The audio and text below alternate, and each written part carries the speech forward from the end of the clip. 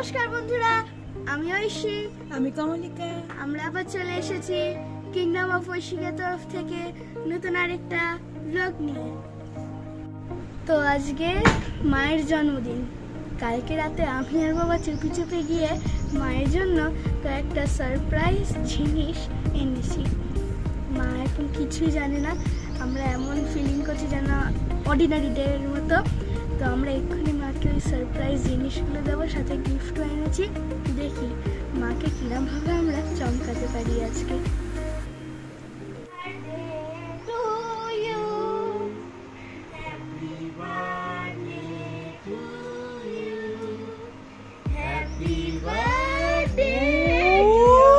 এই সব করেছিস তোরা কালকে? ওই জন্য এত দেরি কালকে পরে ফেরার পর। এ বাবা, thank you thank you thank you. Welcome. এটা ভাই ওপেন করবে। এগুলো কি হয়েছে? ধর ধর ধর। ও কিছুই জানে না। আমি কিছুই জানি না। তুই জানতিস না? আমি শুধু জানি একটা কেক এনেছি, আর কিছু জানি না। এইটা সত্যি আমার কাছে সত্যি সারপ্রাইজ। এটা আবার কি? ও মাই গড!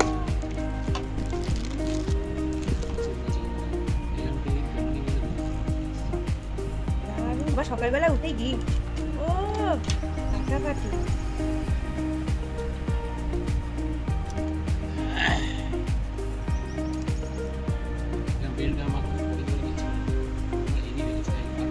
দারুণ দারুণ, বেশ সুন্দর এরকম একটা বেল দেয়া।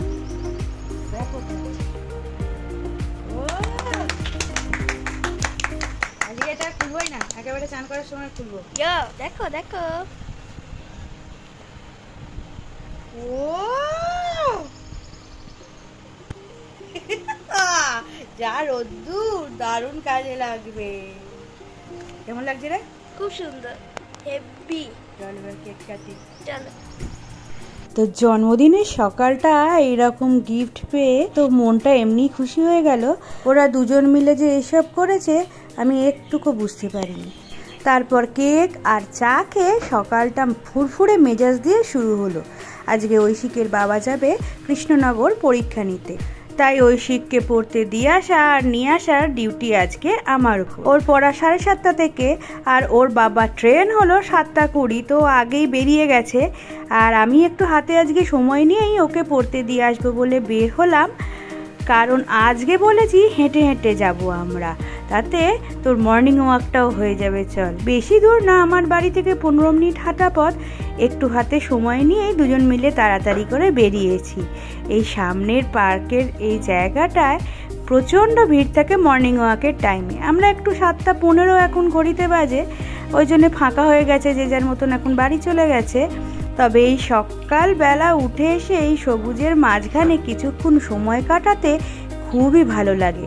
তার ওপর গঙ্গার ঠান্ডা ঠান্ডা হাওয়া মন ভরে যায়। তো আজকে যখন দেখলাম সময় আজকে অঢেল হাতে আছে, রান্নাবান্নার চাপ নেই, তো মা আর ছেলেতে বেশ কিছুটা হাতে সময় নিয়ে ওই জন্যে বের হলাম যে ওখানে ফুটবল প্র্যাকটিসও চলছে, একটু কিছুক্ষণ দাঁড়িয়ে থেকে দেখব আর এই জায়গাটা একটু টহল দেব। এত বেলায় আর ভিড় থাকে না। দেখুন কি সুন্দর ফুলের গাছটা হয়েছে। যত্ন করে যখন টবে পুঁতবো, সার দেব, এই রকম হয় না, যেই এক টুকরো মাটি পায় গাছের চেহারাই বদলে যায়। আর এর উপর যখন বর্ষাকাল আসবে, খুব সুন্দর বৃষ্টিতে ভিজবে এরা, আহ প্রাণ ভরে যাবে এই গাছগুলো দেখে। তো আমাদের সময় হয়ে এসছে, এবার ঐশিককে ডাকতে হবে, না হলে আবার ওদিকে পৌঁছতে দেরি হয়ে যাবে। ঐশিক তো খেলা ভীষণ পছন্দ করে, আর এই মাঠেই ও ছোট্ট থেকে ফুটবল শিখে এসছে। খুব খেলতো, এখন স্কুলের টাইমটা এমন হয়ে গেছে 5:15 বাড়ি ফেরে, ফলে আর সব বন্ধ হয়ে গেছে। কিন্তু নেশাটা যাবে কোথায়?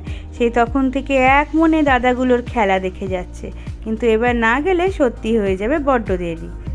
তো এসে গেছি আমরা পড়ার এখানে, ওকে পড়তে ছেড়ে দেবো, দিয়ে আবার 9:30 ছাড়বে।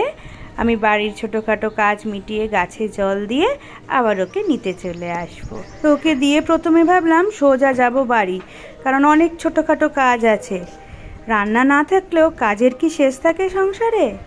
তো এক ভাবি আর এক ঘটে। ডান দিকের রাস্তাটা আমার বাড়ি আর বাঁ দিকের রাস্তাটা হলো অরবিন্দ রোড। যেই মনে হলো একটুখানি গেলেই তো বড় মার মন্দির, ব্যাস বাঁ দিকে টার্ন নিয়ে নিলাম, একটু দর্শনটা করে আসি না। মন্দিরের দরজা ওই দেখুন এখনো বন্ধ, প্রচুর লাইন, এই দেখুন দেখতেই পাচ্ছেন।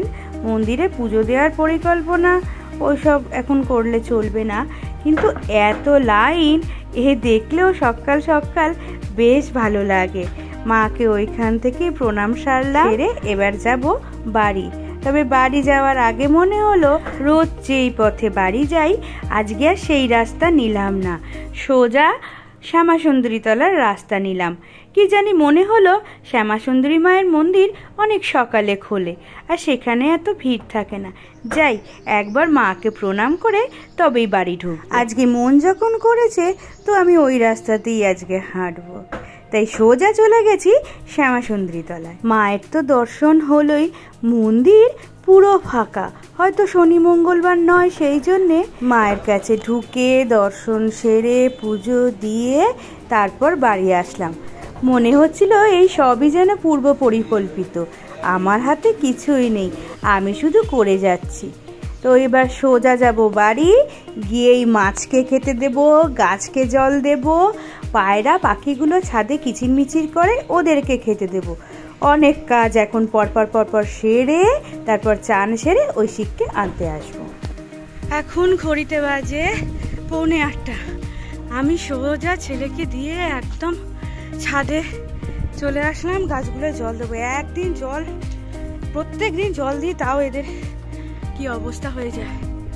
তো ফার্স্ট নিচে মাছগুলোকে খেতে দিলাম, দিয়ে টামটাম করে ওপরে চলে আসলাম পুরো ছাদে।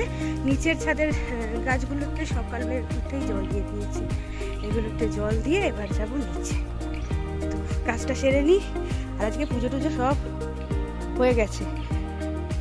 ফুলগুলো ভাবছি তুলবো না, আজকে গাছেই থাক, জলটা তো দিই। আমার কাজ সেরে চান সেরে নাবতে সৈকত এসে হাজির, উইশ করার জন্য অবশ্যই। কিন্তু আমি তো তখন বেরোচ্ছি, ছেলেকে আনতে যাব। তো ও বললো চলো দিদি আমি তোমায় পৌঁছে দিচ্ছি। ব্যাস ওর পেছনে চেপে গেলাম ঐশিককে আনতে।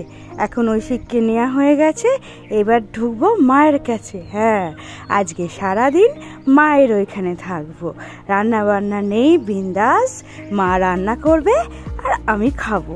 কালকেই ফোন করে জিজ্ঞাসা করে নিয়েছে মা কি তোর খেতে ইচ্ছা করছে। আমি শুধু বলেছি গরমে কিচ্ছু রান্না করবে না, শুধু একটু চিংড়ি পোস্ত আর ভাত, খুব ইচ্ছা করছে। তো এখন ব্রেকফাস্ট করতে বসেছি আমরা 4 জন মিলে। আর এই যে ব্রেকফাস্টে ছিল ছাতুর পরোটা আর কাবলি ছোলার আর সোয়াবিনের তরকারি, দারুণ হয়েছিল। তবে বেশি খাইনি, 2খানা দিয়েছিল, আমি নিইনি, কারণ পরের মেনুটা আরও বেশি তৃপ্তি করে খাবো বলে। তারপর আমরা 5 জন মিলে দারুণ গল্প করতে করতে মজা করতে করতে আমরা ব্রেকফাস্ট সারলাম। তাও নীল ভাই এখনো ঢোকেনি, ও একটু ব্যস্ত আছে, বলেছে দিদি আমি দুপুরে ঢুকছি। আর ব্রেকফাস্টের পর বাবার দেয়া গিফট, সত্যি এক একটা গিফট আমার কাছে এক এক রকমের সারপ্রাইজ ছিল। এটা তো আমি বুঝেই উঠতে পারছিলাম না প্রথমে জিনিসটা কি। ফার্স্ট লুক দেখে তো ভেবেছিলাম পার্স, তারপর দেখি ওমা এ আবার কি জিনিস।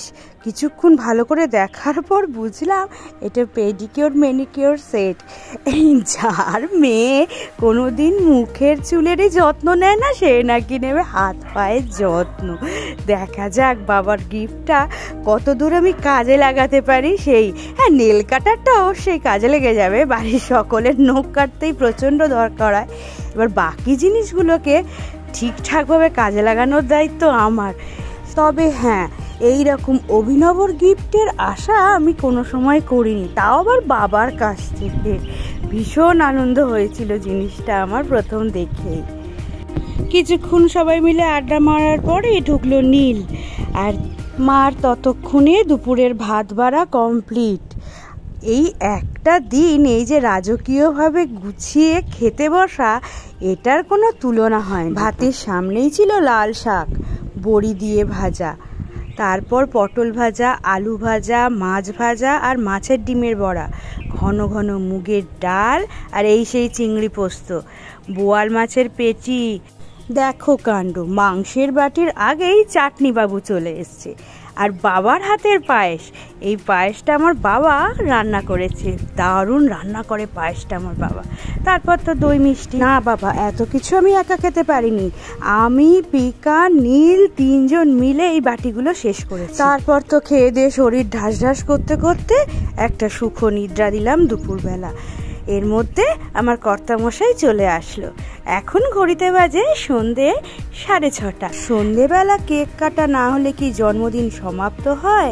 তাই সুন্দর কেকটা কেটে সবাই মিলে খাওয়া দাওয়া করে এবার বাড়ির পথে দিলাম রওনা। আর এইরকম অভিনব ক্যান্ডেল স্ট্যান্ডটা আপনারা আর কোথাও দেখতে পারবেন না আমার বাড়ি ছাড়া।